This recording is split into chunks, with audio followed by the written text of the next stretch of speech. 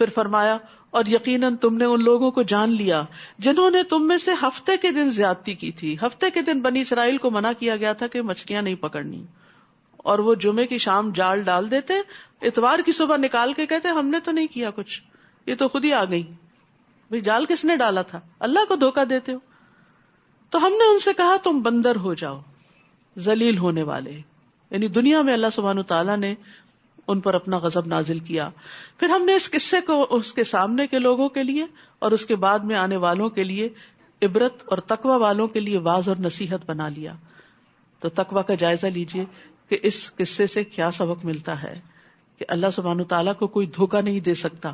یہ منافقین کی عادت ہوتی ہے، یخادعون اللہ والذین آمنوا، لیکن وہ صرف اپنے آپ ہی کو دھوکہ دیتے ہیں. پھر فرمایا وَإِذْ قَالَ مُوسَىٰ لِقَوْمِهِ ان اللہ یأمرکم ان تذبحوا بقرہ، اور جب موسیٰ علیہ السلام نے اپنی قوم سے کہا بے شک اللہ تمہیں حکم دیتا ہے کہ تم ایک گائے ذبح کرو، وہ بولے کیا تم ہم سے مذاق کرتے ہو؟ موسیٰ نے کہا میں اس بات سے اللہ کی پناہ مانگتا ہوں کہ میں جاہلوں میں سے ہو جاؤں. بات بات پر لوگوں کا مذاق اڑانا جہالت کی علامت ہے. کوئی سمجھدار انسان مذاق نہیں اڑایا کرتا، کسی کا بھی مذاق نہیں اڑانا چاہیے. یہ بھی بد اخلاقی کی ایک قسم ہے. کسی کی شکل کا، کسی کے لباس کا، کسی کے بولنے کے انداز کا، کسی کے منہ سے نکلنے والے کوئی غلط لفظ کا مذاق نہیں اڑانا چاہیے، اس کی نقلیں نہیں اتارنی چاہیے. اسی لیے جب بنی اسرائیل نے کہا کہ آپ ہم سے مذاق کرتے ہیں تو موسیٰ علیہ السلام نے کیا کہا؟ اعوذ باللہ ان اکون من الجاہلین، کہ میں اللہ کی پناہ چاہتا ہوں کہ میں جاہلوں میں سے ہو جاؤں اور میں اپنی قوم کے ساتھ مذاق کروں. تو یہاں پر اللہ سبحانہ تعالیٰ نے بنی اسرائیل کا امتحان لیا. بنی اسرائیل ایک لمبے عرصے تک فرعونیوں کے ساتھ رہے تھے جو گائے کی پوجا بھی کرتے تھے، تو ان کے اندر بھی گائے کی محبت پیدا ہوگی. صحبت کا اثر ہوتا ہے، ماحول کا اثر ہوتا ہے. جس ماحول میں آپ رہتے ہیں وہاں کے کچھ اثرات، اس کا رنگ آپ کے اوپر چڑھتا ہے. کچھ چیزیں جو آپ کو پہلے پسند نہیں ہوتی، جب دیکھتے ہیں سبھی پسند کر رہے ہیں تو آپ کے اندر سے بھی ناپسندیدگی کا عنصر نکل جاتا ہے. تو بنی اسرائیل کے ساتھ بھی کچھ یہی ہوا. تو ان کو خالص کرنے کے لیے اللہ نے ان کا امتحان لیا. یاد رکھیے آزمائشیں اور امتحان خالص کرنے کے لیے بھی آتے ہیں، بندے کو اللہ کے قریب کرنے کے لیے بھی آتے ہیں.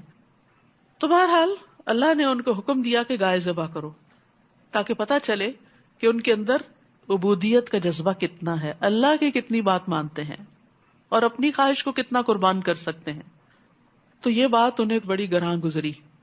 ایسا ہی ہوتا ہے نا، جب اللہ تعالیٰ کا کوئی حکم آتا ہے اور اس پر عمل کرنا ہمیں مشکل لگتا ہے تو ہم اس کے اوپر سوال پہ سوال شروع کر دیتے ہیں تاکہ کسی طرح یہ ٹل جائے.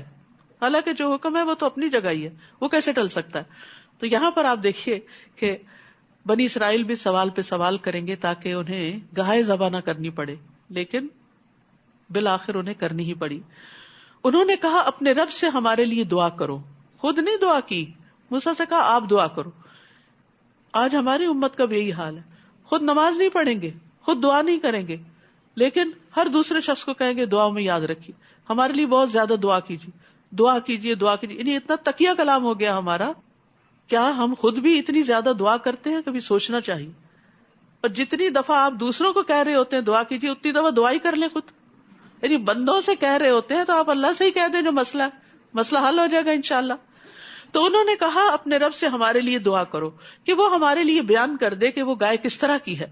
موسیٰ نے کہا بے شک وہ کہتا ہے کہ وہ گائے نہ تو بڑھیا ہے اور نہ بچیا، بلکہ ان کے درمیان کی نوجوان ہے. تو تم ویسا ہی کرو جو تم حکم دیے جاتے ہو. یعنی بات سنتے ہی مان لو. فرشتوں کی صفت ہے نا کہ اللہ کی نافرمانی نہیں کرتے، بس جو حکم ملتا ہے دوڑ پڑتے ہیں. صحابہ کرام بھی ایسے ہی تھے، نبی صلی اللہ علیہ وسلم کا حکم سنتے ہی دوڑ پڑتے تھے. ابو جری جابر بن سلیم کہتے ہیں کہ میں نے ایک شخص کو دیکھا کہ لوگ اس کی بات بہت سنتے ہیں اور بہت مانتے ہیں، جو بھی وہ کہتے ہیں وہ فوراً قبول کر لیا جاتا. میں نے پوچھا یہ ہیں کون، یعنی جن کی اتنی اطاعت کی جا رہی ہے؟ لوگوں نے بتایا یہ اللہ کے رسول ہیں صلی اللہ علیہ وسلم. صحابہ کرام کا نبی صلی اللہ علیہ وسلم کے ساتھ یہ طرز عمل تھا، اتنے زیادہ آپ سے محبت کرتے تھے اور آپ کی باتوں کی اطاعت کرتے تھے. لیکن بنی اسرائیل کو اللہ کا حکم ملا، موسیٰ علیہ السلام کی طرف سے ہدایات ملی، لیکن وہ ماننا نہیں چاہتے تھے.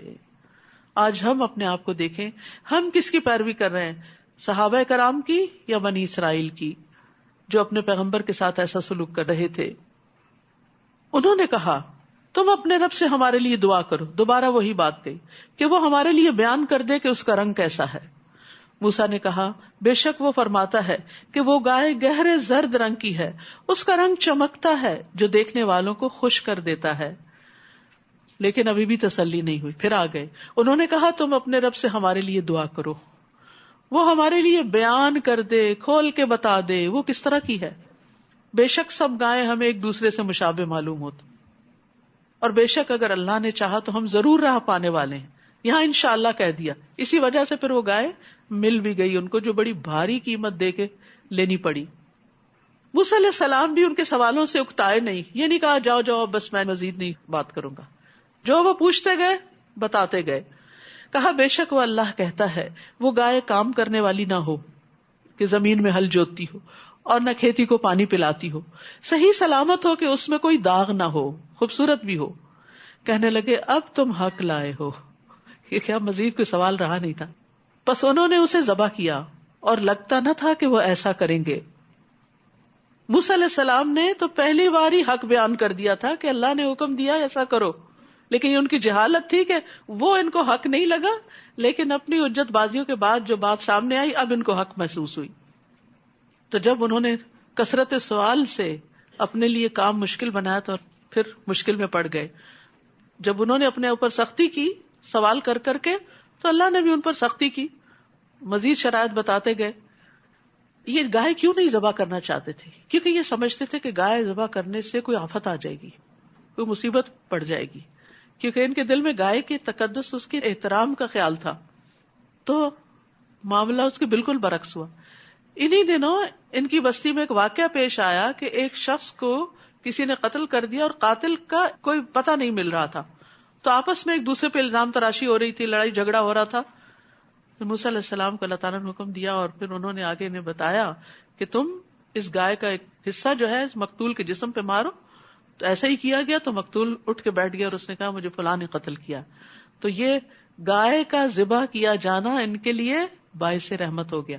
تو اس سے کیا پتا چلتا ہے کہ انسان توہمات سے نکلے, جو اللہ تعالیٰ نے احکامات دیے ان کو خوشی سے کرے, کبھی نقصان نہیں ہوگا. وَإِذْ قَتَلْتُمْ نَفْسًا فَادَّارَأْتُمْ فِيهَا وَاللَّهُ مُخْرِجٌ مَا كُنتُمْ تَكْتُمُونَ. اور جب تم نے ایک شخص کو قتل کر دیا پھر تم اس کے بارے میں باہم جھگڑنے لگے, اور اللہ اسے ظاہر کرنے والا تھا جو کچھ تم چھپا رہے تھے. تو ہم نے کہا اس مقتول کو اس گائے کے بعض حصے سے ضرب لگاؤ, اسی طرح اللہ مردوں کو زندہ کرے گا, اور وہ تمہیں اپنی نشانیاں دکھاتا ہے تاکہ تم عقل سے کام لو. یعنی یہ اللہ کی نشانی تھی. ثم قست قلوبکم من بعد ذلک فہی کالحجارہ او اشد قسوہ. پھر اس کے بعد تمہارے دل سخت ہو گئے, گویا وہ پتھروں کی طرح ہیں, یا ان سے بھی زیادہ سخت, پتھروں سے بھی سخت. اور بے شک بعض پتھر تو وہ ہیں کہ ان میں سے نہریں پھوٹ نکلتی ہیں, اور بے شک ان میں سے کچھ ایسے ہوتے ہیں جو پھٹ پڑتے ہیں اور ان میں سے پانی نکل آتا ہے, اور بلا شبہ ان میں سے کچھ ایسے ہوتے ہیں کہ وہ اللہ کے خوف سے گر پڑتے ہیں, اور اللہ اس سے غافل نہیں جو بھی تم عمل کرتے ہو. یہاں دراصل 3 طرح کے پتھروں کی بات کی گئی جو 3 طرح کے انسانوں کو ریپرزینٹ کر رہے ہیں. پہلی قسم کے پتھر کیسے ہیں کہ جن سے نہریں پھوٹ نکلتی ہیں, اور یہ ایسی جگہوں پر ہوتا ہے جہاں پر زمین کے اندر بہت سا پانی جمع ہو جاتا ہے اور وہ اتنا زیادہ ہو جاتا ہے کہ اوور فلو کرنے لگتا ہے اور وہاں سے اسپرنگز پھوٹ پڑتے ہیں. تو بعض لوگ ایسے ہوتے ہیں کہ جن کے اندر خیر جمع ہوتی جاتی ہے, وہ نالج ایکیومولیٹ کرتے رہتے ہیں, علم حاصل کرتے رہتے ہیں, ان کے اندر نیکی کے جذبات ابھرتے رہتے ہیں, دین سے محبت آتی جاتی حتیٰ کہ وہ پھر ایسے نکلتی ہے کہ نہروں کی طرح, جس سے بے شمار لوگ فائدہ اٹھاتے ہیں. تو پتھروں کے بھی بہت فائدے ہیں. یعنی کچھ لوگ اس خیر کے حامل ہوتے ہیں. کچھ راکس ایسی ہوتی ہیں کہ جو پانی جذب کرتی رہتی ہیں اور ان کے اندر پانی چلا جاتا ہے, بڑی بڑی راکس ہوتی ہیں, اور جب ان کو کوئی بڑی چوٹ لگتی ہے, کوئی زلزلہ آتا ہے یا کوئی ایسا چیز ہوتی ہے تو ان کے اندر کریک ہو جاتے ہیں. جب کریک ہوتے ہیں تو ان کے اندر سے پانی پھوٹ نکلتا ہے اور چشمے بہہ جاتے ہیں. تو کچھ لوگ ایسے ہوتے ہیں جو جذب کرتے رہتے ہیں خیر کو, علم کو, لیکن وہ ذرا اور ڈیپ ڈاؤن اندر ہی ہوتا ہے, جلدی سپرنگز کی طرح باہر نہیں آتا, پہلی قسم کی طرح نہیں ہوتا. لیکن جب ان کی زندگی میں کوئی حادثہ آتا ہے, کوئی چوٹ پڑتی ہے, کسی چیز کی ضرب ان کو لگتی ہے, تو وہ کریک آتا ہے تو وہ ان کی خیر باہر آ جاتی ہے. اور تیسری قسم کے پتھر کون سے ہوتے ہیں کہ جب لینڈ سلائیڈنگ ہوتی ہے, جب کوئی زلزلہ وغیرہ آتا ہے یا گریویٹیشنل پل کی طرف کوئی پتھر لڑکنے لگتا ہے تو وہ اللہ کی خشیت سے لڑک رہا ہوتا ہے. بظاہر اس کے وہ اسباب کے ساتھ ہی لڑک رہا ہے لیکن اس کے اندر بھی اللہ کی خشیت ہوتی. تو کچھ لوگ ایسے ہوتے ہیں کہ جو راکس کی طرح, پتھروں کی طرح بہت سٹبن نظر آ رہے ہوتے ہیں, لیکن پھر ان کے دل میں جب اللہ کا خوف آتا ہے تو اللہ کے آگے جھک جاتے ہیں, گناہوں سے توبہ کر لیتے ہیں. تو پتھر بھی آنسو بہاتے ہیں, پتھر بھی خیر پہنچاتے ہیں, پتھر بھی پانی نکالتے ہیں, اور پانی زندگی ہے, پانی سے ہر زندہ چیز پیدا ہوئی ہے. تو اسی طرح انسانوں کے بارے میں ججمنٹل نہیں ہونا چاہیے. ہو سکتا ہے آپ کا کوئی بچہ آپ کو راک کی طرح نظر آتا ہو کہ وہ آپ کی باتیں سن کے کوئی ریاکشن ظاہر نہیں کر رہا, کہیں سے اثر نہیں نظر آ رہا کہ اس کے اندر کوئی خیر ہے. لیکن کیا ہوتا ہے کہ فیملی میں کسی کی ڈیتھ ہو جاتی ہے یا آپ تربیت کرنے والے ہی دنیا سے چلے جاتے ہیں تو وہ ٹوٹ پڑتے ہیں اور ان کے اندر کی خیر باہر آتی ہے اور وہ بہترین انسان بن جاتے ہیں. تو کبھی بھی مایوس نہ ہو, خیر کے کام کرتے چلے جائیں. یہاں سے تربیت اولاد کی ٹپس لیں کہ آپ اچھے انسان تھے, آپ کو خیر ملتی رہی, اب آپ خیر بانٹنا شروع ہو گئے, لیکن ابھی آپ کے بچے اس معیار پہ نہیں. یعنی جو ماں دین کی طرف آ جاتی ہے اس کا کیا دل چاہتا ہے کہ بس بچے فوراً نمازی ہو جائیں, فوراً وہ مسجد جانا شروع کر دیں, وہ قرآن سمجھ لیں, وہ یہ کریں وہ کریں, نیکی کے بڑے بڑے کام کریں. لیکن بظاہر یوں لگتا ہے خون جگر جلا رہے ہیں, اثر کچھ ہو نہیں رہا. بالکل مایوس نہیں ہونا, وہ ابھی جذب کر رہے ہیں کر رہے ہیں کر رہے ہیں. ایک وقت آئے گا کہ وہ خیر باہر نکلے گی. خیر خیر ہی لاتی ہے, خیر سے شر نہیں نکلتا. اگر آپ خیر بانٹ رہے ہیں, دوسروں کو دے رہے ہیں, گھر والوں کو دے رہے ہیں, آپ کا معاملہ اچھا ہے, آپ کا اخلاق اچھا ہے, آپ ان کی خیر خواہی چاہتے ہیں, تو یہ کیسے ہو سکتا ہے کہ ان کے اندر سے شر پھوٹے؟ آپ خیر کرنے والے رہیں, یعنی نیکی چھوڑے نہیں. یہ نہیں کہ بہت دعائیں مانگ لی اب تو دعا قبول نہیں ہوتی, اتنا کچھ بتایا, اتنا کچھ سمجھایا, وہ میری تربیت کا کیا ہوا, وہ سب کچھ کہاں گیا, لگتا ہے کچھ فائدہ نہیں, بس میرا خیال ہے کہ میں اب اس کام سے بازی آؤں. نہیں, چھوڑنا نہیں, خیر عام کرتے جانا ہے, خیر کا ماحول گھر میں پیدا کرنا ہے. جو پتھر پانی جذب نہ کرے وہ نکالیں گے کہاں سے؟ تو پتھروں کی طرح سٹبن ہی صحیح, لیکن ان میں بھی خیر ہوگی انشاءاللہ. لیکن کچھ لوگ ایسے ہوتے ہیں کہ جو اس سے آگے کے درجے پہ چلے جاتے ہیں, کہ جو اللہ کے آگے جھکتے نہیں, اللہ کی خشیت ان کے اندر نہیں آتی. تو اللہ تعالیٰ سے ہمیں دعا کرنی چاہیے کہ یا اللہ تو ہمارے دلوں کو سخت نہ کرنا, اور ہمیں اپنی آیات سے, اپنے قرآن سے نصیحت حاصل کرتے رہنے کی توفیق عطا فرمانا, اور ہمیں ہماری خواہشات کے شر سے بچانا.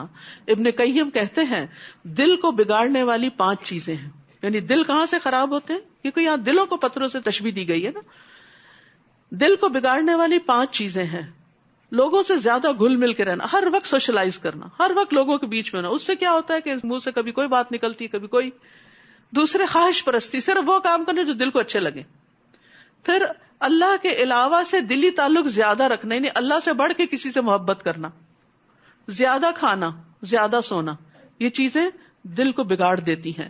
اور پھر جب دل بگڑ جاتا ہے تو جیسے انسان کا معدہ بگڑ جائے نا, وہ سونا بھی کھا لے تو اس کو فائدہ نہیں ہوتا, وہ ڈائجسٹ ہی نہیں کرتا. تو اسی طرح جب دل بگڑ جاتا ہے تو اچھی سے اچھی بات اس دل پہ پھر اثر نہیں کرتی.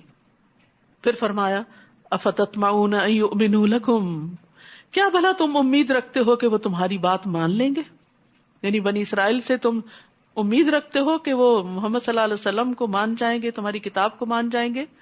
حالانکہ ان میں سے ایک فریق کے لوگ اللہ کا کلام یعنی تورات سنتے ہیں, پھر اس کو سمجھ لینے کے بعد وہ اس میں تحریف کر دیتے ہیں. انہوں نے تو اپنی کتاب کو بدل ڈالا ہے, حالانکہ وہ جانتے ہیں. اور جب وہ ان لوگوں سے ملتے ہیں جو ایمان لائے تو کہتے ہیں ہم بھی ایمان لائے. اور جب وہ آپس میں ایک دوسرے کے ساتھ اکیلے ہوتے ہیں تو کہتے ہیں کیا تم ان کو وہ باتیں بتا رہے ہو جو اللہ نے تم پر کھولی ہیں, تاکہ وہ اس کے بارے میں تمہارے رب کے ہاں تم سے حجت کریں؟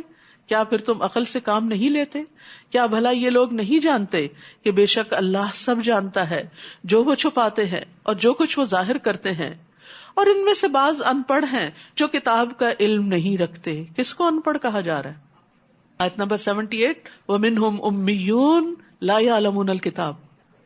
ان میں سے کچھ امی ہیں، ان پڑھ ہیں، جو کتاب کا علم نہیں رکھتے. الکتاب کا، اللہ کی طرف سے آئی ہوئی کتاب کا علم نہ رکھنا انسان کو جاہل بنا دیتا ہے. دنیا کی بڑی سے بڑی ڈگریاں بھی آپ کے پاس ہوں، لیکن اگر آپ کو نہیں پتا آپ کے رب نے آپ کے لیے کیا حکم دیا ہے تو یہ سراسر جہالت ہے. فرمایا اور ان میں سے بعض ان پڑھ ہیں جو کتاب کا علم نہیں رکھتے سوائے جھوٹی آرزوؤں پر بھروسے کے، اور وہ صرف گمان سے کام لیتے ہیں، یعنی ان کے علم کی بنیاد ان کا گمان ہوتا ہے یا صرف دنیا کے تجربات ہوتے ہیں. فویل للذین یکتبون الکتاب بایدیہم، تو ہلاکت ہے ان لوگوں کے لیے جو اپنے ہاتھوں سے کتاب لکھتے ہیں پھر کہتے ہیں یہ اللہ کی طرف سے ہے تاکہ اس کے بدلے معمولی قیمت لے لیں. بس ہلاکت ہے ان کے لیے بوجہ اس کے جو ان کے ہاتھوں نے لکھا، اور ہلاکت ہے ان کے لیے بوجہ اس کے جو وہ کمائی کر رہے ہیں. اور وہ کہتے ہیں ہمیں دوزخ کی آگ ہرگز نہیں چھوئے گی مگر گنتی کے چند دن. عقائد کی خرابی. کہہ دیجئے کیا تم نے اللہ سے کوئی عہد لے رکھا ہے تو اللہ اپنے عہد کے ہرگز خلاف نہ کرے گا، یا تم اللہ کے بارے میں وہ کہتے ہو جو تم علم نہیں رکھتے. بلا من کسب سیئۃ واحاطت به خطیئته فاولئک اصحاب النار هم فیها خالدون. ہاں جس نے کوئی برائی کمائی اور اس کی برائی نے اسے گھیر لیا، یعنی برائی کے چنگل میں پھنس گیا، تو یہی لوگ آگ والے ہیں اور وہ اس میں ہمیشہ رہنے والے ہیں. ربیع بن خثیم کہتے ہیں اس آیت کے بارے میں کہ اس سے مراد وہ شخص ہے جو توبہ کرنے سے پہلے گناہ کی حالت میں فوت ہو جاتا ہے، یعنی توبہ کیے بغیر مر جاتا ہے. یاد رکھیے چھوٹے چھوٹے گناہ مل کر بہت بڑا ڈھیر بن جاتے ہیں جو جلا دینے کے لیے کافی ہیں. اس لیے انسان کو اللہ سے ڈرتے رہنا چاہیے اور دن میں کثرت سے استغفار کرنی چاہیے کہ یا اللہ ہمارے چھوٹے بڑے سب گناہوں کو معاف فرما دے. والذین آمنوا وعملوا الصالحات اولئک اصحاب الجنہ ھم فیہا خالدون. اور جو لوگ ایمان لائے اور انہوں نے نیک اعمال کیے وہی جنت والے ہیں، وہ اس میں ہمیشہ رہنے والے ہیں. وَإِذْ أَخَذْنَا مِيثَاقَ بَنِي إِسْرَائِيلَ لَا تَعْبُدُونَ إِلَّا اللَّهَ وَبِالْوَالِدَيْنِ إِحْسَانًا وَذِي الْقُرْبَى وَالْيَتَامَى وَالْمَسَاكِينِ وَقُولُوا لِلنَّاسِ حُسْنًا وَأَقِيمُوا الصَّلَاةَ وَآتُوا الزَّكَاةَ ثُمَّ تَوَلَّيْتُمْ إِلَّا قَلِيلًا مِّنكُمْ وَأَنتُمْ مُعْرِضُونَ.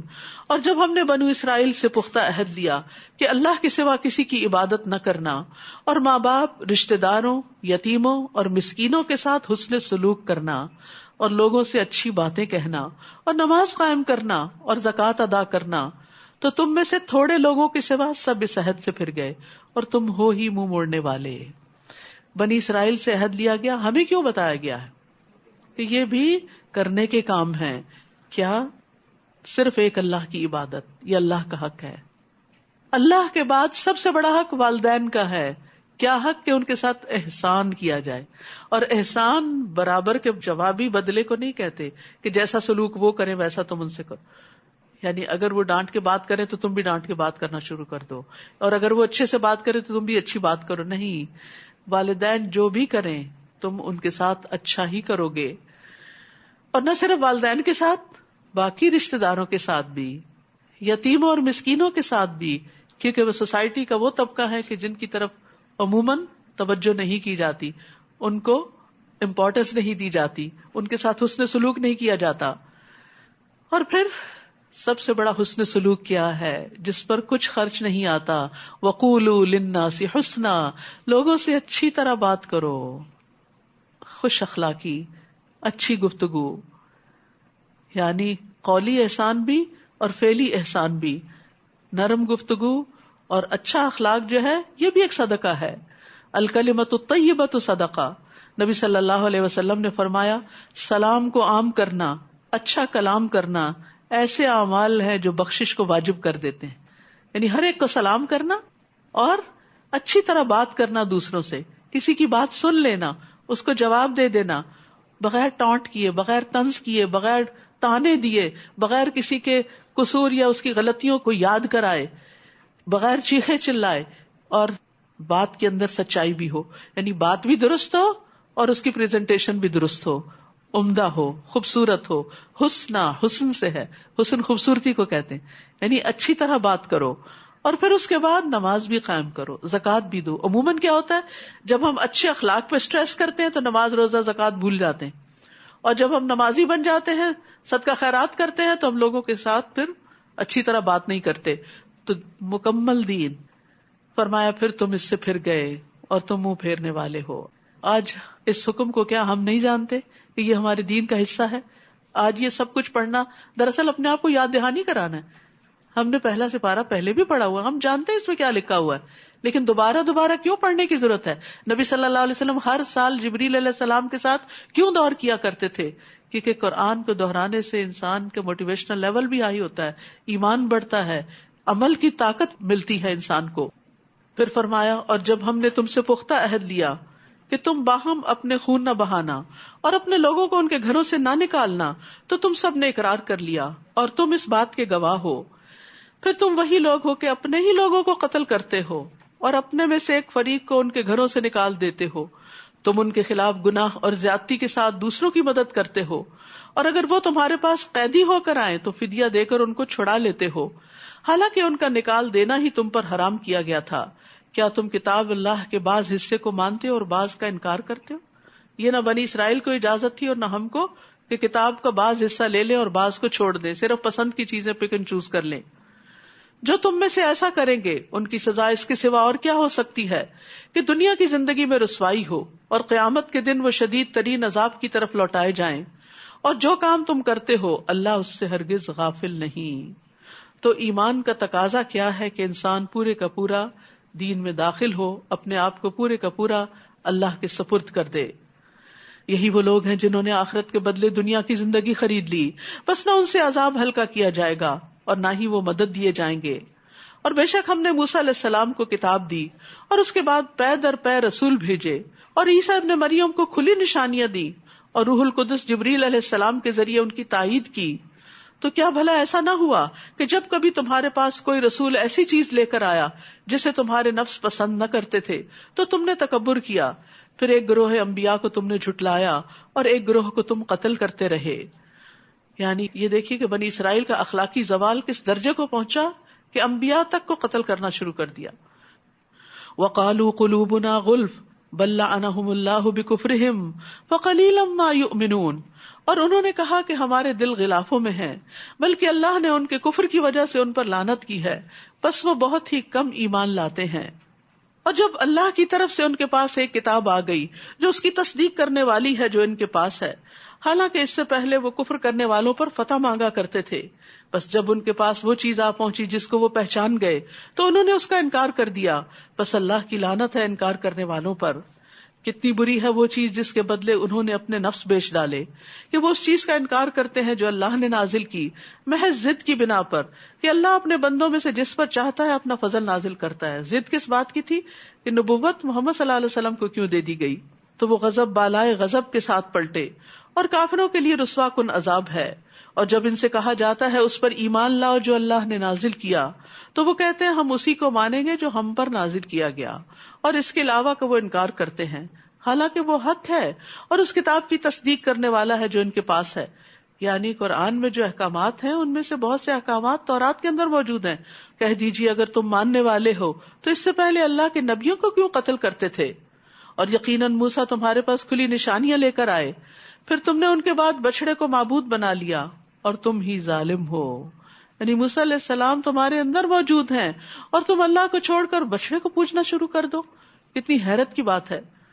اور جب ہم نے تم سے پختہ عہد لیا اور کوہ طور کو تم پر بلند کیا اور حکم دیا کہ جو ہم نے تمہیں دیا ہے اسے مضبوطی سے پکڑ لو اور سنو، تو انہوں نے کہا ہم نے سن لیا اور ہم نے نافرمانی کی، سمعنا و عصینا، ہم نہیں مانیں گے. اور ان کے کفر کی وجہ سے وہ اپنے دلوں میں بچڑے کی محبت پلا دیے گئے. تو یاد رکھیے جب انسان اللہ تعالیٰ کا کوئی حکم نہیں مانتا تو اس کے بدلے کسی فتنے میں پڑ جاتا ہے، وہ ایسی چیزوں کی محبت میں گرفتار ہو جاتا ہے جس میں پڑھ کر وہ اللہ کو بھی بھول جاتا ہے اور اللہ کے احکامات کو بھی بھول جاتا ہے. کہہ دیجئے کتنا برا ہے وہ کام جس کا حکم تمہارا ایمان تمہیں دیتا ہے اگر ہو تم مومن.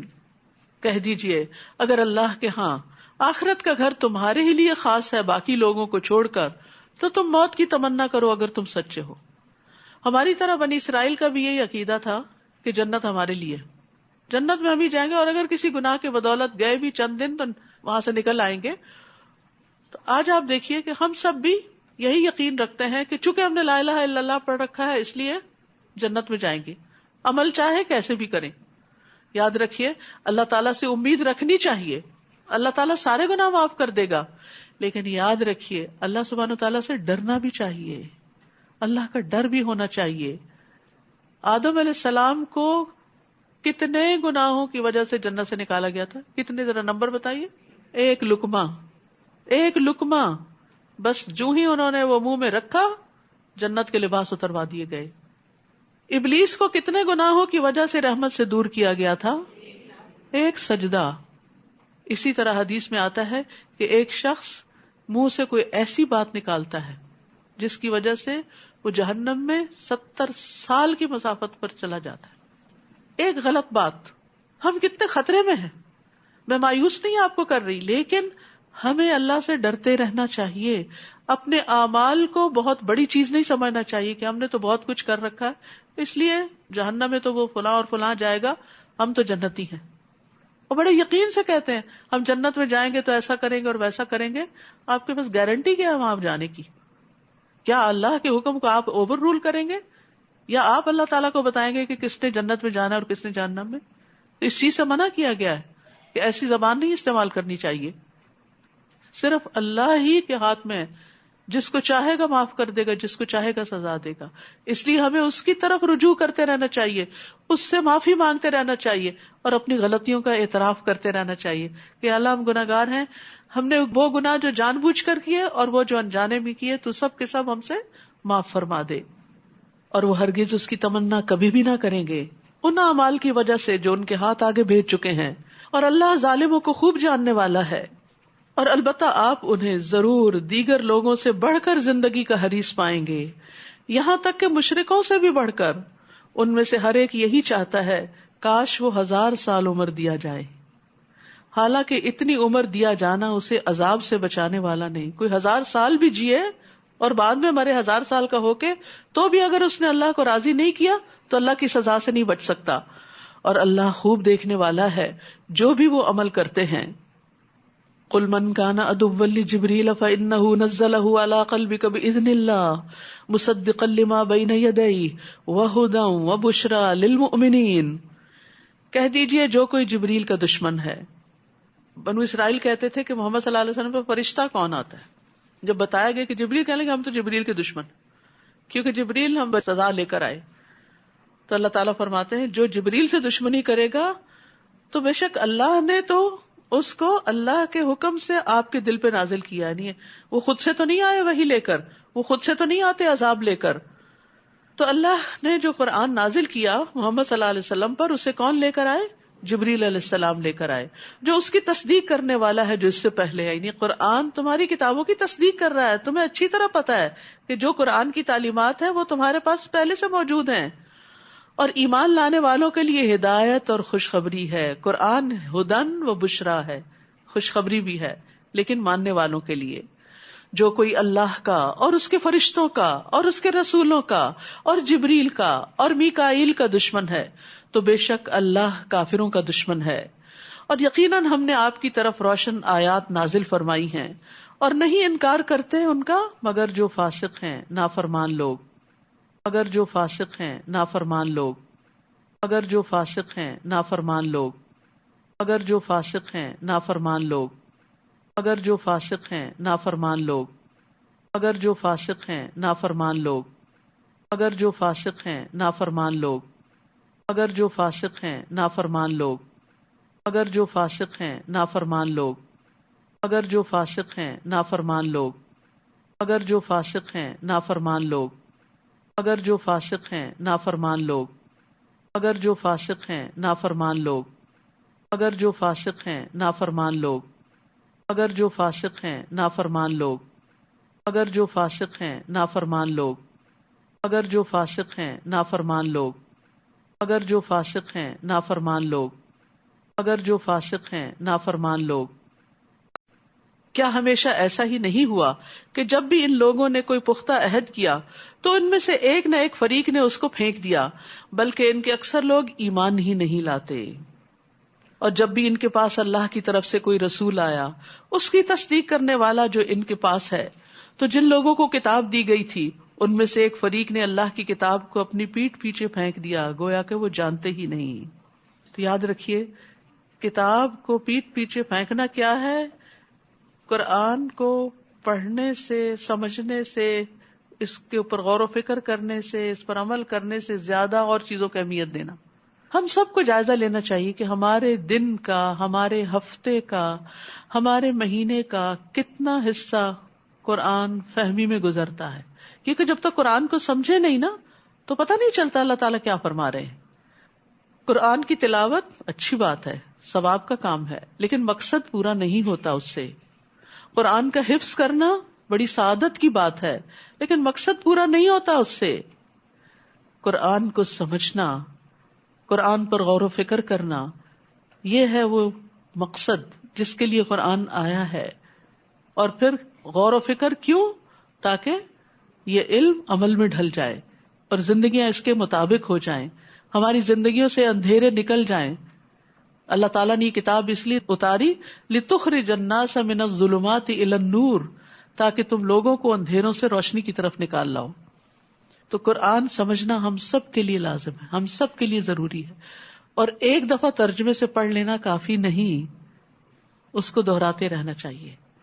اور بہترین موقع ہے اب انشاءاللہ دورہ قرآن کے علاوہ ڈیلی کی جو آپ تلاوت کرتے ہیں، اگر لفظی ترجمہ قرآن سے آپ کریں تو اس کا فائدہ یہ ہوگا کہ آپ عربی پڑھتے جائیں گے. جیسے جن لوگوں نے خاص طور پر قرآن پہلے سے پڑھ رکھا ہے، ترجمہ یاد کر رکھا ہے لیکن بھول چکے ہیں، 50% بھول چکے ہیں یا 70% بھول چکے ہیں، تو اس کی یاد دہانی کے لیے وہ نیچے بھی نگاہ ڈال سکتے ہیں ساتھ ساتھ، یعنی تلاوت کرتے ہوئے میننگ بھی ساتھ ساتھ دیکھ سکتے ہیں. تو اس سے یہ ہے کہ انشاءاللہ آپ کا فریش ہو جائے گا. بہرحال سفیان ابن عیینہ کہتے ہیں کہ لوگوں نے اللہ کی کتاب کو ریشم و دیباج کے غلافوں میں داخل کر دیا، اس کو سونے اور چاندی کے ساتھ آراستہ کیا، لیکن اس پر عمل نہیں کیا. یہی ان کا کتاب کو پیٹھ پیچھے پھینک دینا ہے. یعنی ویسے اسے بہت قیمتی بنا دیا، لیکن جس مقصد کے لیے وہ کتاب آئی وہ نہیں پورا کیا. اور بنی اسرائیل خاص طور پر کس چیز کے پیچھے لگ گئے ذرا دیکھیے اور اپنا جائزہ لیجئے. وَاتَّبَعُوا مَا تَتْلُو الشَّيَاطِينُ عَلَى مُلْكِ سُلَيْمَانَ وَمَا كَفَرَ سُلَيْمَانُ وَلَكِنَّ الشَّيَاطِينَ كَفَرُوا يُعَلِّمُونَ النَّاسَ السِّحْرَ. اور اس کی بجائے انہوں نے پیروی کی اس کی جو سلیمان کی سلطنت میں شیاطین پڑھا کرتے تھے. اور سلیمان نے کفر نہیں کیا بلکہ شیطانوں نے ہی کفر کیا. کیا کفر تھا؟ وہ لوگوں کو جادو سکھاتے تھے. آج آپ دیکھیں لوگ قرآن کو چھوڑ کر، دین کی اصل تعلیم کو چھوڑ کر اگر قرآن پڑھتے بھی ہیں تو کبھی جادو میں استعمال کرنے کے لیے، کبھی کوئی ایسے وظیفے بتانے کے لیے کہ جس سے لوگوں کو نقصان پہنچے. اور اس کے پیچھے لگ گئے جو بابل میں 2 فرشتوں ہاروت اور ماروت پر اتاری گئی تھی، اور وہ دونوں کسی کو کچھ نہیں سکھاتے تھے جب تک یہ نہ کہہ دیتے کہ ہم تو صرف آزمائش ہیں، بس تم جادو کر کے کفر نہ کرو. بس لوگ ان دونوں سے ایسا جادو سیکھتے جس سے مرد اور اس کی بیوی میں جدائی ڈال دیں. آج آپ دیکھیں یہ مرض کتنا عام ہو چکا ہے. کتنی ہی خواتین ہیں جو اس کی وجہ سے سفر کرتی ہیں کہ کسی قریبی رشتہ دار، کسی قریبی دوست، کسی قریبی نے ہسبینڈ کے ساتھ ناچاکی کا جادو کر دیا کہ ان کی آپس میں نہ بنے، حسد کی بنا پر. تو آپ دیکھیے کہ یہ ٹریٹس بھی پچھلی امت میں تھے اور آج مسلمانوں کے اندر بھی یہ چیز پائی جاتی ہے کہ ہم کسی کی نعمت کو دیکھ کے خوش نہیں ہوتے، اور یہی حسد ہے، اور یہ حسد ایمان کے منافی ہے. متقی وہ ہوتا ہے جو دل کا بھی صاف ہوتا ہے، وہ دل میں کسی کے خلاف کوئی گرج، بیر، حسد کچھ نہیں رکھتا، سب کو معاف کر دیتا ہے. ہاں کسی نے جو تکلیف دی اس کی تکلیف محسوس کرتا ہے، کیونکہ بعض لوگوں کو جب میں کہتی ہوں نا معاف کر دیں تو کہتے ہیں وہ تکلیف نہیں بھولتی. وہ تو ہوتی رہے گی، معاف کرنا ایک الگ کام ہے اور تکلیف محسوس کرنا دوسری بات ہے. وہ تو جتنی دفعہ تکلیف محسوس ہوگی اتنی دفعہ اجر ہی ملے گا. وہ تو آپ کے اجر کو بڑھانے کے لیے محسوس ہوتی رہتی ہے. اور جتنی دفعہ تکلیف محسوس ہوگی انا للہ پڑھیں گے تو پہلی دفعہ جو چوٹ لگی تھی اور انا للہ پڑھا تھا اور ڈھیروں اجر سمیٹ لیا تھا، وہ اجر پھر سے واپس آئے گا اور اجر ملے گا اور اجر ملے گا. اس لیے کسی بھی انسان کی طرف سے اگر آپ ہرٹ ہوئے ہوں تو اس ہرٹ ہونے پر پریشان نہ ہو. یہ تو انسانی فطرت کا خاصہ ہے نا کہ چوٹ لگے تو درد تو ہوتی ہے. پرانے زخموں میں بھی درد نکل آتی ہے جب برسات کا موسم ہوتا ہے، تو پھر سے ابھر آتے ہیں. تو اسی طرح مختلف سچویشنز میں انسان کے اندر وہ دل کے جذبات اور دل کے خیالات کسی خاص چیز کو دیکھ کر ٹریگر ہو جاتے ہیں اور انسان دکھ محسوس کرنے لگتا ہے. لیکن ایسے انسان کا دل نرم ہوتا ہے. یہ تکلیفیں اور دکھ ہمیں نرم کر دیتے ہیں. لیکن مومن بغض نہیں رکھتا, حسد نہیں رکھتا. وہ کسی پہ جادو کرنے اور کسی پہ کوئی ایسی مصیبت مسلط کرنے کی سوچ بھی نہیں سکتا. پھر فرمایا اور وہ اللہ کے حکم کے سوا اس سے کسی کو کچھ بھی نقصان نہیں دے سکتے تھے, اور وہ ایسی چیز سیکھتے جو ان کو نقصان نہیں پہنچاتی اور کچھ فائدہ نہ دیتی. اور بنو اسرائیل جانتے تھے کہ جس نے ایسی چیز کو خریدا اس کا آخرت میں کچھ حصہ نہیں, اور یقیناً کتنی بری تھی وہ چیز جس کے بدلے انہوں نے اپنی جانوں کو بیچ ڈالا. کاش وہ جانتے ہوتے. تو یاد رکھیے کہ جادو اپنا اثر رکھتا ہے لیکن باذن اللہ. تو ہمیں اس چیز کے پیچھے پڑنے کے بجائے کہ کس نے جادو کیا ہے, یا کوئی جادو نہ کر دے, یا خوف زدہ رہیں یا ڈرے ڈرے رہیں, اس کے لیے ضروری ہے اپنی پروٹیکشن کر لیں. جب سردی آتی تو آپ کیا کرتے ہیں؟ گرم کپڑے پہن لیتے ہیں. گرمی آتی ہے تو آپ ٹھنڈا کا انتظام کر لیتے ہیں. تو جب لوگوں کا حسد محسوس ہو تو اپنی پروٹیکشن کے لیے دعائیں پڑھ لیں. صبح شام کے اذکار اور دیگر جو دعائیں ہیں, حفاظت کی آیت الکرسی ہے, رات کو سونے کے اذکار ہیں, ان کی پابندی کریں. کچھ بھی ہو اللہ کا ذکر نہ بھولیں. اللہ کا ذکر ایک محفوظ قلعے کی طرح ہے. جب انسان اللہ کا ذکر کرتا ہے تو پروٹیکشن میں آتا ہے, ایک فورٹ میں آ جاتا ہے, قلعے میں آ جاتا ہے, اور شر سے محفوظ ہو جاتا ہے. کوئی آپ کو کچھ بھی نقصان نہیں دے سکتا. تو بی کانفیڈنٹ. اور اگر وہ ایمان لاتے, نہیں جادو کرنے کی بجائے ایمان لاتے, تقوی اختیار کرتے, تو ضرور اللہ کے ہاں کہیں اچھا ثواب پاتے. کاش وہ جانتے ہوتے. یا ایھا الذین آمنو, اے لوگو جو ایمان لائے ہو, رائنا نہ کہو اور انظرنا کہا کرو, اور غور سے سنا کرو, اور انکار کرنے والوں کے لیے دردناک عذاب ہے. صحابہ کرام کو مجلس کے کچھ آداب سکھائے جا رہے ہیں کہ مجلس میں بیٹھے ہوئے نبی صلی اللہ علیہ وسلم سے جب دوبارہ بات پوچھنی ہو تو رائنا نہ کہو بلکہ لفظ بدل دو اور انظرنا کا لفظ استعمال کرو, کیونکہ یہ لفظ جو تھا مس یوز ہونے لگ گیا تھا.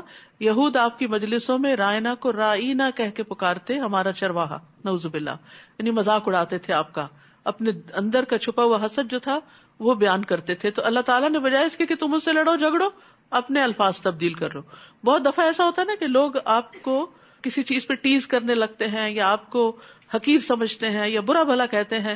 تو ایسے میں آپ کو وہ رستہ بدل لینا چاہیے, ان لوگوں کے ساتھ انٹریکشن کم کر لینا چاہیے, بجائے اس کے کہ آپ روز لڑائی کریں ان سے. پھر فرمایا اہل کتاب اور مشرکین میں سے جن لوگوں نے انکار کیا وہ نہیں چاہتے کہ تم پر تمہارے رب کی طرف سے کوئی خیر نازل کی جائے, حالانکہ اللہ جس کو چاہتا ہے اپنی رحمت کے ساتھ خاص کر لیتا ہے, اور اللہ بہت بڑے فضل والا ہے. ہم جس آیت کو منسوخ کر دیتے ہیں یا اسے بھلوا دیتے ہیں تو ہم اس سے بہتر یا اس جیسی اور لے آتے ہیں. کیا آپ نہیں جانتے کہ بے شک اللہ ہر چیز پر خوب قادر ہے؟ کیا آپ نہیں جانتے کہ بے شک اللہ اسی کے لیے ہے آسمانوں اور زمین کی بادشاہت, اور تمہارے لیے اللہ کے سوا نہ کوئی دوست ہے اور نہ کوئی مددگار. اے اہل ایمان, کیا تم یہ چاہتے ہو کہ اپنے رسول سے اس طرح کے سوال کرو جس طرح کے سوال اس سے پہلے موسیٰ سے کیے گئے؟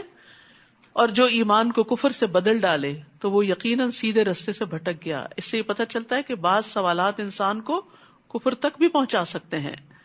اہل کتاب میں سے بہت سے لوگ اپنے نفسوں کے حسد کی وجہ سے یہ چاہتے ہیں کہ کاش تمہارے ایمان لانے کے بعد وہ تمہیں کافر بنا دیں, بعد اس کے کہ ان پہ حق ظاہر ہو چکا ہے, تو تم معاف کر دو اور درگزر کرو یہاں تک کہ اللہ اپنا حکم لے آئے. بے شک اللہ ہر چیز پر پوری طرح قدرت رکھنے والا ہے. اور نماز قائم کرو اور زکوٰۃ ادا کرو, اور جو خیر بھی تم اپنے نفسوں کے لیے آگے بھیجو گے اللہ کے ہاں پالو گے. سبحان اللہ. یعنی بعض اوقات ہم نماز پڑھ لیتے, زکوٰۃ دے دیتے, اس کے بعد سمجھتے ہیں کہ کیا ہوا, فرض ادا ہو گیا, بس اب ہم دنیا کے لیے آزاد ہیں, دنیا میں مشغول ہیں, خوب انجوائے کر رہے ہیں, نماز کا وقت ہوا جلدی سے جا کے 4 ٹکرے مار کے واپس پھر دنیا کو انجوائے کرنا شروع کر دیا, اور بھول گئے کہ نیکی کے اور بھی بہت سے کام ہیں. یہاں پر کیا بتایا جا رہا ہے؟ وَأَقِيمُوا الصَّلَاةَ وَآتُوا الزَّكَاةَ, اور اس کے بعد چھوٹی نیکی بڑی نیکی جو بھی خیر کا کام کرو گے, اور اس میں پھر وہ یاد کر لیجئے ظاہری باطنی اقوال افعال, جو بھی کچھ کرو گے اسے اللہ کے یہاں پالو گے, وہ تمہارے اعمال نامے میں تمہارے سامنے آ جائے گا, تک ایک ڈاٹ بھی وہاں نظر آئے گا تمہیں. تو اس لیے مومن نیکیوں کا حریص ہوتا ہے، نیکیوں کی طرف دوڑتا ہے. فاستبقوا الخیرات، وہ اس لیے نہیں پیچھے رہتا کہ لوگ تو کوئی نیکی کرتے نہیں تو میں کیوں کروں، نہیں، مجھے اپنے لیے کرنا ہے. وہ اچھی مثالوں کو اپنے سامنے رکھتا ہے، وہ نیکی میں اپنے سے آگے والوں کو فالو کرتا ہے، پیچھے والوں کو نہیں. پیچھے والوں کو فالو کرنے والا کہاں رہ جاتا ہے؟ پیچھے رہ جاتا ہے. اور جو آگے جا رہے ہیں والسابقون السابقون اولئک المقربون، وہاں تک جانا ہے. بے شک اللہ خوب دیکھنے والا ہے جو بھی تم عمل کرتے ہو. اور انہوں نے کہا ہرگز جنت میں داخل نہ ہوگا مگر وہ جو یہودی ہو یا نصرانی، یہ ان کی آرزویں ہیں. کہہ دیجئے لاؤ اپنی دلیل اگر تم سچے ہو. وہ آپس میں بھی ایک دوسرے کو جہنمی قرار دیتے رہتے تھے اور خود کو جنت کا مالک سمجھتے. آج آپ دیکھیں مسلمانوں کے اندر بھی افسوس کے ساتھ ہی کہنا پڑتا ہے کہ مختلف فرقے بن چکے ہیں، کیونکہ یہ دو نام بھی فرقہ وارانہ نام تھے، اور صرف ہر کوئی اپنے فرقے والے کو جنتی سمجھتا ہے، اپنا جنتی بھائی، اور باقی سب جہنمی. تو اس طرح کے جنت جہنم کے فتوے نہیں لگانے چاہیے. یہ اللہ کو پتا ہے کہ کس کا مقام کیا ہے. ہمیں فکر اس بات کی کرنی چاہیے کہ اللہ تعالیٰ نے ہمارے لیے کیا حکم دیا ہے اپنی رضا کو پانے کے لیے. اور وہ یہاں بتا دیے کہ بلا، کیوں نہیں، من اسلم وجہہ للہ وہو محسن فلہ اجرہ عند ربہ ولا خوف علیہم ولا ہم یحزنون. جس نے اللہ کے لیے اپنا چہرہ جھکا دیا، حکم سنا، سر تسلیم خم، اللہ لبیک اللہم لبیک، آپ نے حکم دیا میں کر کے ہی دم لوں گی، اور وہ محسن بھی ہو، نیکی کرتا چلا جائے، تو اس کا اجر اس کے رب کے پاس ہے. ایسے لوگوں کو نہ کوئی خوف ہوگا نہ وہ غمگین ہوں گے. خوف اور غم دو بڑی مصیبتیں، ان سے نجات کے لیے انسان کے اندر اخلاص اور احسان کی روش ہونی چاہیے. تو آیت نمبر 112 میں اخلاص اور احسان کا سبق دیا گیا ہے، اور یہی اعمال کی قبولیت کا باعث ہے. اور یہود نے کہا کہ نصارہ کسی چیز پر نہیں، اور نصارہ نے کہا یہود کسی چیز پر نہیں، حالانکہ وہ کتاب پڑھتے ہیں. اور انہی کی طرح بات ان لوگوں نے بھی کہی جو علم نہیں رکھتے. پس قیامت کے دن اللہ ان کے درمیان اس معاملے میں فیصلہ کر دے گا جس میں وہ اختلاف کرتے. لوگ ایک دوسرے کو گمراہ قرار دیتے رہتے ہیں اور سمجھتے ہیں کہ وہ تو کسی نیکی خیر اور بھلائی کے کام پہ نہیں ہے اور ہم ہی سب کچھ کر رہے ہیں. تو بات یہ ہے کہ اللہ ہی اس کا فیصلہ کرے گا کہ حقیقت میں نیکی کے کام کون کر کے آیا ہے. تو اس لیے اللہ کی کتاب سے معلوم کریں اور اس کے مطابق زندگی بسر کرنے کی کوشش کریں، بنسبت اس کے کہ اپنی خواہشات پر مبنی باتیں کر کے دوسروں کو گمراہ قرار دیں. اور اس سے بڑھ کر ظالم اور کون ہوگا جو اللہ کی مسجدوں میں اس کا نام ذکر کیے جانے سے روکے اور ان کی ویرانی کے لیے کوشاں ہو. یہی وہ لوگ ہیں کہ ان کو زیب نہیں دیتا کہ وہ ان میں داخل ہوتے مگر ڈرتے ہوئے. ان کے لیے دنیا میں رسوائی ہے اور آخرت میں ان کے لیے بہت بڑا عذاب ہے. تو انسان کو دنیا اور آخرت کی رسوائی سے بچنے کی دعا کرنی چاہیے. اللہم احسن عاقبتنا فی الامور کلہا واجرنا من خزی الدنیا وعذاب الآخرہ. تو یاد رکھیے یہاں تنبیہ کی گئی ہے کہ اللہ کی مسجدوں میں اللہ کا نام لیا جائے، اللہ کا ذکر کیا جائے، اور اس میں ایسے کام نہ کیے جائیں کہ جس سے مسجدیں ویران ہوں. آپس کے جھگڑے اور لڑائی اور ایک دوسرے کو نیچا دکھانا کہ جس کی وجہ سے لوگ بد دل ہو کر مسجد جانا ہی چھوڑ دیں. اور اللہ ہی کے لیے ہے مشرق اور مغرب، تو جس طرف بھی تم رخ کر لو بس ادھر ہی اللہ کا چہرہ ہے. بے شک اللہ وسعت والا اور بہت علم والا ہے. اور انہوں نے کہا کہ اللہ نے بیٹا بنایا ہے، پاک ہے وہ، بلکہ اسی کے لیے ہے جو آسمانوں اور زمین میں ہے، وہ سب اس کی فرما برداری کرنے والے ہیں. سبحان اللہ، ہر چیز اللہ کا کہنا مانتی ہے.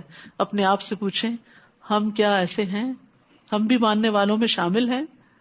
وہی آسمانوں اور زمین کا نئے سرے سے پیدا کرنے والا ہے، اور جب وہ کسی کام کے کرنے کا فیصلہ کر لیتا ہے تو صرف یہی کہتا ہے کن فیکون، ہو جا، اور وہ ہو جاتی ہے. یہ ہے اللہ کی طاقت، اور اس کے برابر کوئی بھی نہیں، کوئی اور ایسا نہیں کر سکتا. اور ان لوگوں نے کہا جو علم نہیں رکھتے کہ اللہ ہم سے کلام کیوں نہیں کرتا، یا ہمارے پاس کوئی نشانی ہی کیوں نہیں آ جاتی. اسی طرح کی بات ان لوگوں نے کہی جو ان سے پہلے تھے. ان سب کے دل آپس میں ملتے جلتے ہیں. بے شک ہم نے نشانیاں بیان کر دی ہیں ان لوگوں کے لیے جو یقین رکھتے ہیں. انا ارسلناک بالحق بشیرا ونذیرا وَلَا تُسْأَلُ عَنْ أَصْحَابِ الْجَحِيمِ. بے شک ہم نے آپ کو حق کے ساتھ خوشخبری دینے والا اور ڈرانے والا بنا کر بھیجا. یہ ہے محمد صلی اللہ علیہ وسلم جو اچھا کرنے والوں کو خوشخبری سناتے ہیں اور برا کرنے والوں کو ڈراتے بھی ہیں. کیوں ڈراتے ہیں؟ تاکہ وہ برائی سے باز آ جائیں. اور ساتھ یہ بتایا گیا کہ اصحاب الجحیم جہنم والوں کے بارے میں آپ سے نہیں پوچھا جائے گا کہ وہ وہاں کیوں پہنچے. اور یہود و نصارہ آپ سے ہرگز راضی نہ ہوں گے جب تک کہ آپ ان کی ملت کی پیروی نہ کریں. کہہ دیجئے بے شک اللہ کی ہدایت ہی اصل ہدایت ہے. یعنی یہ دراصل 2 فرقہ وارانہ نام تھے. آج بھی آپ دیکھیں مسلمانوں کے اندر ہر فرقہ اپنی طرف بلاتا ہے کہ تب تم ہدایت پہ ہوگے جب ہمارے طریقے پہ آ گئے. تو اللہ تعالیٰ کیا فرماتے ہیں؟ قل ان ھدی اللہ ھو الھدی، کہہ دیجئے اللہ کی ہدایت دراصل ہدایت ہے. یعنی اللہ کی کتاب اور سنت یہ دراصل ہدایت ہے. اور اگر آپ نے اپنے پاس علم آ جانے کے بعد ان کی خواہشات کی پیروی کی، یعنی لوگوں کی باتوں پہ چلتے رہے، تو آپ کے لیے اللہ کی طرف سے نہ کوئی دوست ہوگا نہ کوئی مددگار. تو علم آنے کے بعد خواہش نفس کی پیروی نہیں کرنی چاہیے.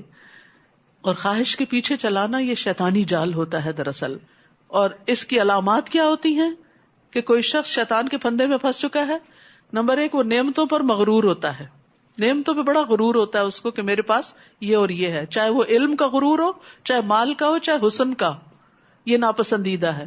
نمبر 2، اللہ کے عطیے پر فخر کرتا ہے، یعنی بوسٹنگ بھی کرتا ہے. نمبر 3، اللہ کے بندوں پہ تکبر کرتا ہے، ان کو حقیر سمجھتا ہے. اور نمبر 4، اللہ کا حکم ماننے کی بجائے اپنی منمانی کرتا ہے، اپنی مرضی پہ چلتا ہے.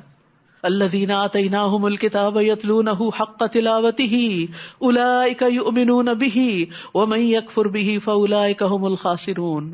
جن لوگوں کو ہم نے کتاب دی وہ اس کی تلاوت کرتے ہیں جیسا کہ اس کی تلاوت کرنے کا حق ہے، یہی لوگ اس پر ایمان رکھتے ہیں. اور جو اس کا انکار کرتے ہیں دراصل وہی لوگ خسارہ پانے والے ہیں. تو تلاوت کا حق کیا ہے؟ صرف اچھے مخارج اور تجوید سے پڑھنا ہی نہیں بلکہ سمجھ کر پڑھنا، حلال کو حلال، حرام کو حرام ٹھہرانا، متشابہات پر ایمان اور محکم پر عمل کرنا.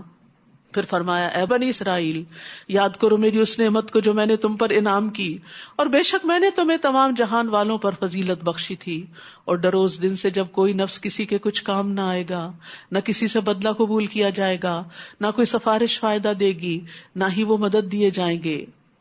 اور جب ابراہیم علیہ السلام کو اس کے رب نے چند باتوں کے ساتھ آزمایا تو اس نے ان کو پورا کر دکھایا.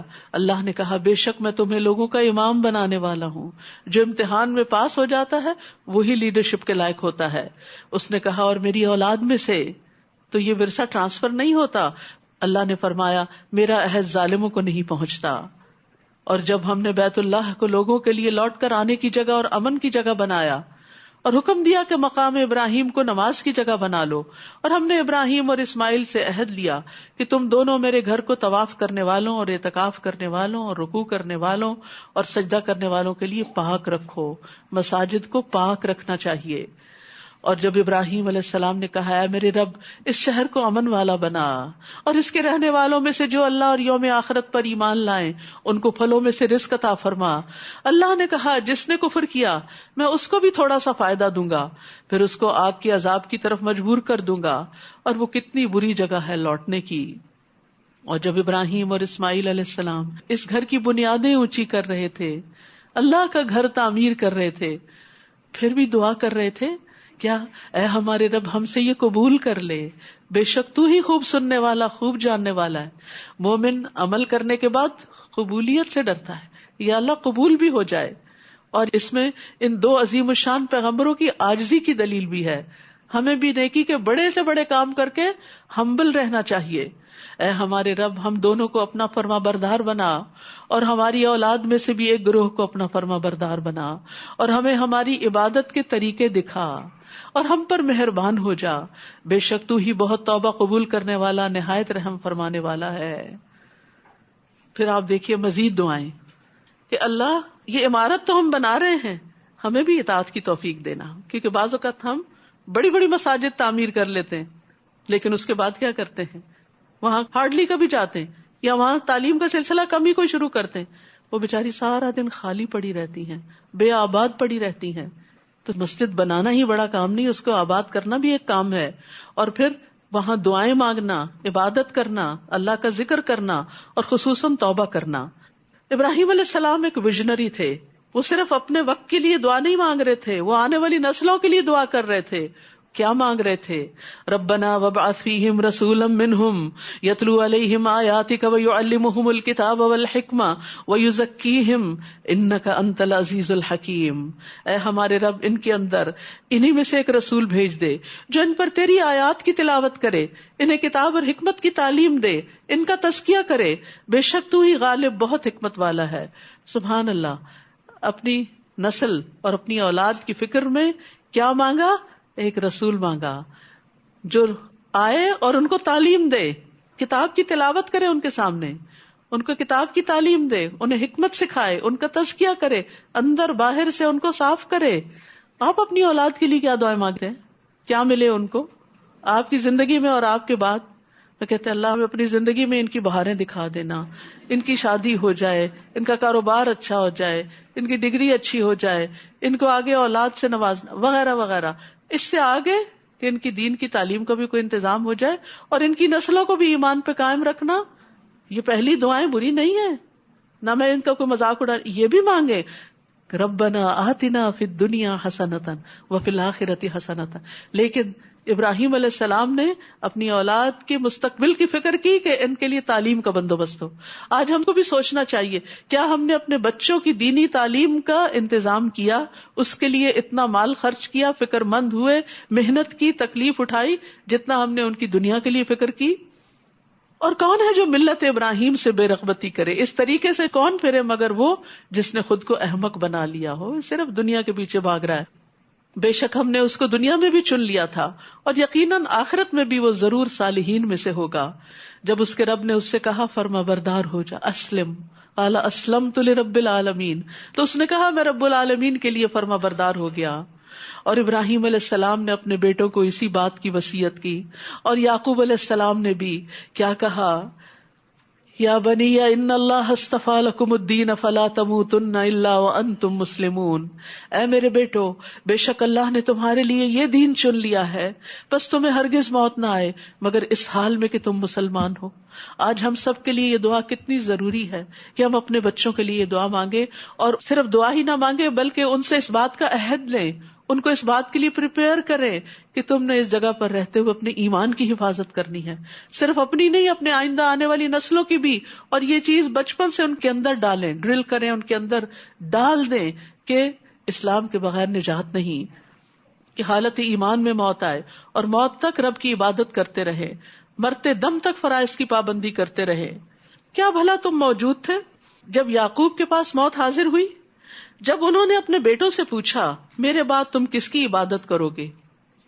آپ نے کبھی پوچھا اپنے بچوں سے کہ ہمارے بعد کس کی عبادت کرو گے؟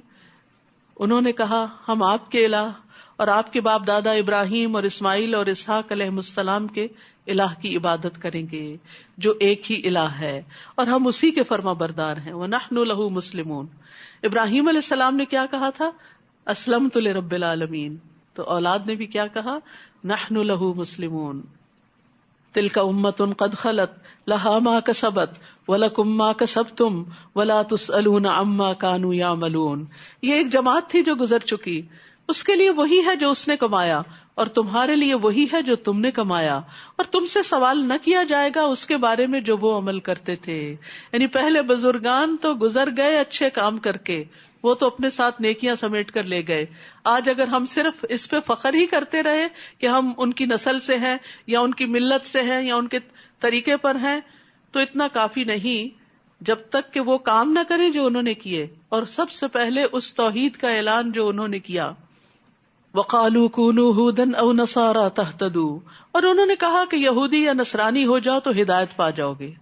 جیسے آج مسلمان مختلف فرقوں کا نام لے کر کہتے ہیں کہ اس فرقے میں یا اس گروہ میں داخل ہو جاؤ تو ہدایت پاؤ گے. قل بل ملت ابراہیم حنیفا وما کان من المشرکین. کہہ دیجئے بلکہ ابراہیم کا طریقہ جو یکسو تھے اور مشرکوں میں سے نہ تھے، توحید کا طریقہ، ایک اللہ کی عبادت کا طریقہ. قولو، سب کہہ دو. قولو، انہوں نے اپنے فالوور سے کہا سب کہو. آمنا، آپ پڑھ سکتے اس آیت کو سب مل کے پڑھیے. قولو آمنا باللہ وما انزل الینا وما انزل الی ابراہیم و اسماعیل و اسحاق و یعقوب والاسباط وما اوتی موسیٰ وعیسیٰ وما اوتی النبیون من ربهم لا نفرق بین احد منہم ونحن له مسلمون. سب کہو کہ ہم اللہ پر ایمان لائے اور جو ہماری طرف نازل کیا گیا یعنی کتاب و سنت، اور جو ابراہیم اور اسماعیل اور اسحاق اور یعقوب اور ان کی اولاد کی طرف نازل کیا گیا، اور جو موسیٰ اور عیسیٰ علیہ السلام دیے گئے، اور جو دیگر انبیاء کو ان کے رب کی طرف سے دیا گیا، ہم ان میں سے کسی ایک کے درمیان کچھ فرق نہیں کرتے، سب کی عزت کرتے ہیں، سب کو رسول مانتے ہیں اور ہم اسی کے فرما بردار ہیں. آج اس پلانٹ پہ صرف مسلمان وہ امت ہیں کہ جو سارے کے سارے انبیاء کو مانتے ہیں اور اسی سے دین مکمل ہوتا ہے. کسی ایک نبی کا بھی انکار سب کا انکار بن جاتا ہے. تو انبیاء علیہم السلام نے اپنے فالوورز کو، اپنی اولادوں کو صحیح ایمان لانا بھی سکھایا.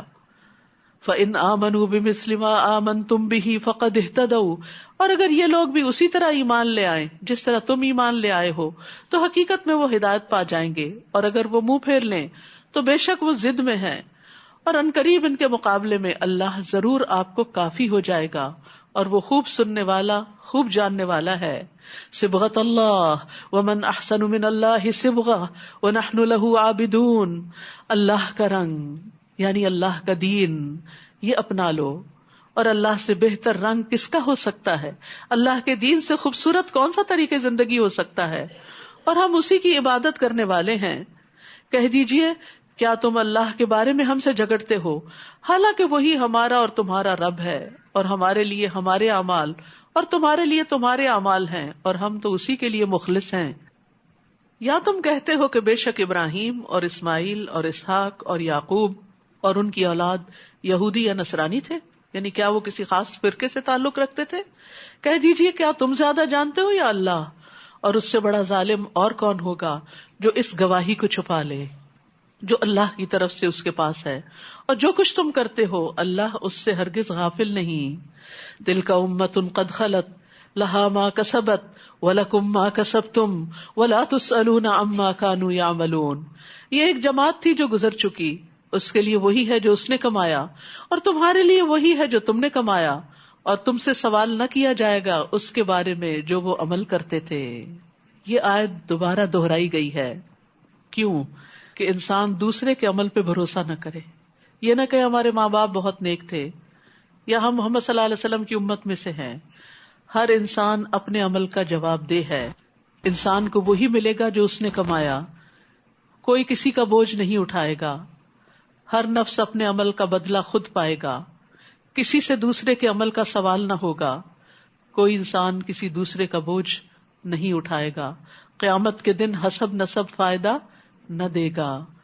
وآخر دعوانا ان الحمد للہ رب العالمین. جزاکم اللہ خیرا کثیرا. ربنا آتنا فی الدنیا حسنۃ وفی الآخرۃ حسنۃ وقنا عذاب النار. ربنا لا تزغ قلوبنا بعد اذ ہدیتنا وہب لنا من لدنک رحمہ انک انت الوہاب. ربنا هب لنا من ازواجنا وذرياتنا قرة اعین واجعلنا للمتقین اماما. اللهم انا نسألك من الخير كله عاجله وآجله ما علمنا منه وما لم نعلم ونعوذ بك من الشر كله عاجله وآجله ما علمنا منه وما لم نعلم. اللهم انا نعوذ بك من جهد البلاء ودرك الشقاء وسوء القضاء وشماتة الأعداء. ربنا تقبل منا انك انت السميع العليم وتب علينا انك انت التواب الرحيم. وصلى الله تعالى على خير خلقه محمد وعلى آله وأصحابه وأهل بيته أجمعين برحمتك يا أرحم الراحمين. الہی آمین. میں تمام بہنوں سے گزارش کروں گی کہ اس پارے کے کم از کم 3 ایکشن پوائنٹس اپنی ڈائریز میں لکھ لیجئے، اور کل بھی آپ اپنی ڈائری اور پین ضرور لائیے.